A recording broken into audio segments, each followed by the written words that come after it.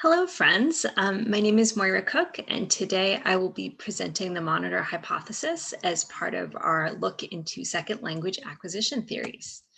So as we get started with our presentation, we're going to take a look at the monitor hypothesis. Where does it come from? Well, like every good theory, it's building on sort of thinking and research which came before. So in the 20th century, we have three key theories of first language acquisition: a behaviorist theory, an innatist theory, and an interactionist theory.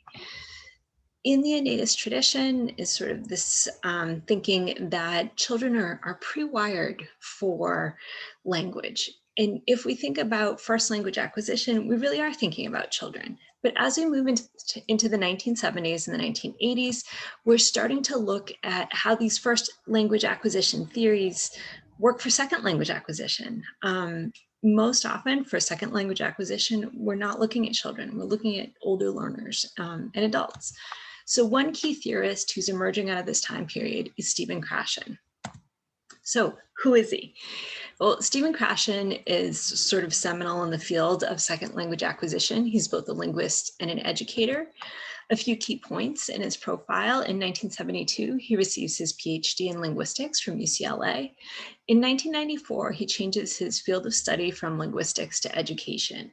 And in the 1980s, he's doing research and really publishing on second language acquisition theory. And in 1983, he's partnering with Terence Terrell to take that theory of linguistics and apply it in the field of education. And there's a lot of research which comes from there. So what's he doing now? Currently, he's an emeritus professor of education at the University of Southern California. So before we start thinking about Krashen's influence, I want us to pause for a moment, and I would ask you to think about any experience you have had in learning a second language. It could be a classroom experience. It could be opening up an app on the phone, if anybody's used Duolingo. If your first point of contact with this new language is to learn to say hello, figure out how to greet somebody, or ask someone how they're doing, this is the role and the influence of Stephen Krashen. He's really emphasized the idea that the primary role of language is for communication. He also looks at language process and splits it into two key pieces: language acquisition and language learning. And he says they're distinct. Acquisition is a subconscious process where language sounds right and feels right, and learning is going to be a conscious, intentional process, and you're going to have explicit language instruction. So grammar drills, all those ELA classes. From this research and thinking comes sort of a critical question. What's the connection between these two processes of language acquisition and learning? And as Krashen delves into this kind of key question, the monitor hypothesis and several other theories are formed. So Krashen has 5 theories on second language acquisition: the acquisition learning hypothesis, the monitor, which we're going to explore today, the natural order hypothesis, the input hypothesis, and the effective filter hypothesis. So when we get to the monitor, what are its key points? What is this theory all about? Well, getting back to language acquisition and language learning, how do they work together? Krashen says in the monitor hypothesis, language acquisition is responsible only for fluency. So the only way to be fluent in that second language is really to acquire it. Language learning, on the other hand, is helpful, but it's only helping to form your internal monitor or editor. And that explicit instruction is going to form this internal editor, which is going to help make sure our language output is correct.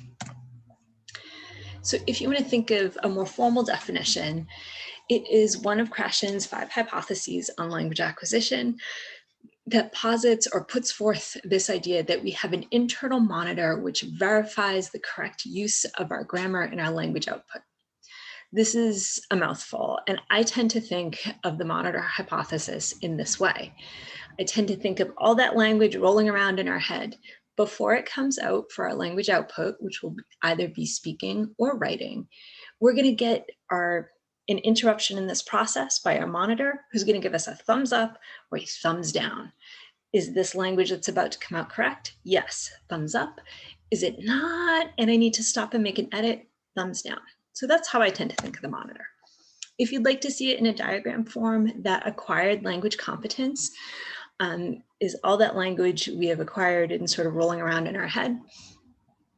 And it is processing on its way to become language output, speaking or writing.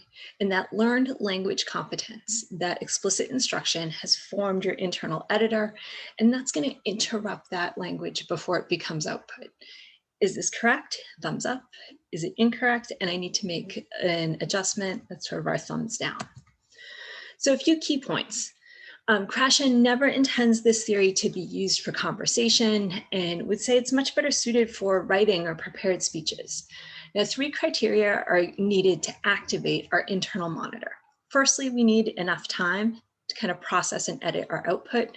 And that limit of time is partly why he thinks it's not great for conversation. Conversation, you don't have the time to kind of pause and edit it. Secondly, we need to focus on form. We need to be concerned with having correct language in our output. And finally, we have to have a knowledge of the rule. We have to understand what correct output should look like. So all that said about the monitor, Krashen also highlights that there's some incorrect use of the monitor going on out there. And he highlights sort of 2 areas: overusers and underusers. Overusers are too worried about following the rules. They're really self-conscious. They're, afraid of being embarrassed and kind of putting that mistake out there. So they're not generating enough input. So that editor is just pulling everything back. Nope, nothing's going to make its way. It's just thumbs down all the time. And because they don't generate enough input, they're really not progressing along their path to fluency. When we think about underusers, they're the reverse. They have plenty of output. It's all out there, but they're not paying any attention to the rules. And that editor to evaluate, is this a thumbs up? Is it a thumbs down? It's not getting engaged. So because they're not participating in that editing process, they're also not making gains on their path to fluency. So with that, what should an optimal user of the monitor look like? Well, firstly, they're only going to edit their second language output when it doesn't interfere with communication. Communication should come first. Secondly, even when their monitor is working fine, they're still going to make mistakes. That's part of language. But if we look at their overall progress, they're progressing towards fluency. Finally, they're going to show a concern with correct language. They're going to have sort of that drive to speak well or to write well, and to do it correctly. Are there any critiques for the monitor hypothesis? Yes, I would remind everybody that Krashen is working in California, and he's really dealing with folks who have Spanish as a primary language and who are learning English as a secondary language. One of his big critics is working in Japan, and Kevin Gregg is a linguist, and he says, well, I don't really agree with this idea that language learning is only for that monitor. I think, in fact, language learning plays a more critical part to language acquisition. And he concedes that Krashen may have a point with acquisition when you're dealing with languages that have a lot of cognates between your primary and your secondary language. But he said for moving from English into Japanese, that's not the case, and that he really needed that language learning to help him acquire more language. And he also points out, well, wait a minute, doesn't grammar affect comprehension? Don't we need to know a little bit more in order to, to communicate well if language is all about communication? Harley Allen, Kamen, and Swains are writing a little bit later, and their research is really into immersion programs. And they sort of agree with Gregg that acquisition can take you very far, but at some point you do need to really interject specific language learning to progress fully in the path towards fluency. Our final section of the presentation is going to be the monitor hypothesis in the classroom. What does it look like? Well, before we think about it, I just want to do a few reminders. Really, language learning is going to form that monitor or editor within us, but fluency in a second language is really going to come through acquisition. So that language that we've absorbed, that we have sort of that gut response, does it sound right or feel right?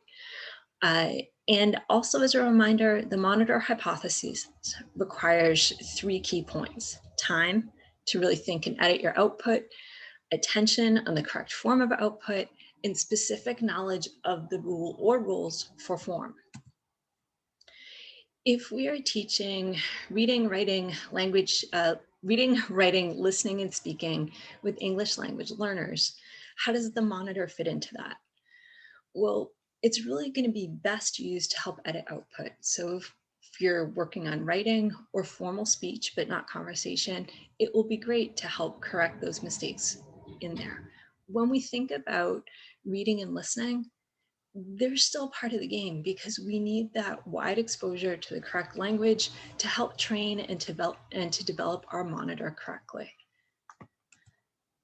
And finally, another little tip, I really think the monitor is best suited for a classroom environment that's really focused on growth mindset. It is not about perfection. It is not about your A+++, but it's really about learning to both identify and correct mistakes so that you can kind of improve your output as you go on. And over concern or a lack of concern about errors is going to lead to an incorrect use of the monitor. So we make a mistake, great. We learn from it, pick ourselves up, and move on. When I thought about putting this in the classroom, I really gravitated towards peer editing.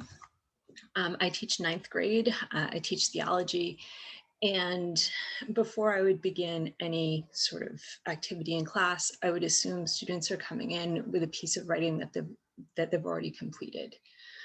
I would definitely have a graphic organizer for them that referred to a very specific rule. So as you edit, please look for this thing or these things. And I would both be very specific with the rule and give an example of how it's followed and sort of not followed.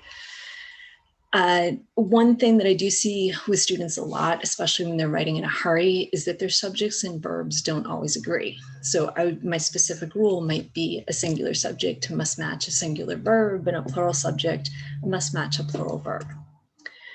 I would provide correct examples in my content area so students can kind of read aloud and develop their monitor. Abraham was chosen by God. That is our correct example. Versus an incorrect, Abraham were chosen by God. Why is it incorrect? Because your subject is singular and your verb is plural.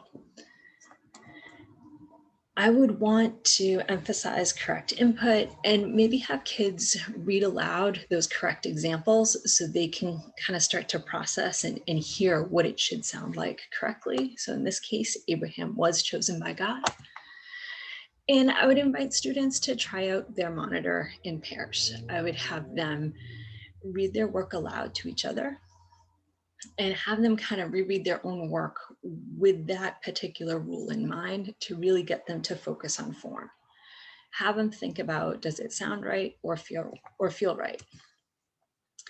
I would also, in addition to listening to one another's work, I would have them kind of read it through and encourage them to make notations. So the primary author will circle areas they think they need to correct, and maybe their partner is going to underline. You're going to go back and look at them together.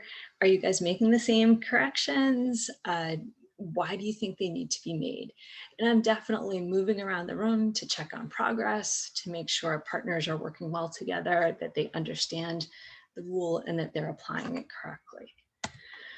I would definitely check for feedback at the end of that peer writing activity. And I also wanted to point out that there's some pretty easy ways to differentiate for different language levels. So firstly, I would adjust the amount of writing that's being edited and the number of rules that are being used at a particular time. So somebody who is a non-English language learner would probably peer edit a paragraph or a longer piece of writing, maybe by the end of the school year, with multiple rules. For a Y to 5 or 6, they're probably peer editing a single sentence at a time, but they're checking multiple rules. For a Y to 3, 4, they're editing maybe a single sentence with one rule. And for a Y to 1 and 2, I'm not worried about editing anything. I really want to build their monitor. So really exposing them to correct input, Maybe they're reading aloud completed sentence frames that already have that correct grammatical structure in there, so they can get that sense of, does it sound right? Does it feel right? A few parting reminders. Optimal monitor users are still going to make mistakes. So this, again, this is not about perfection, but about traveling on that path towards fluency.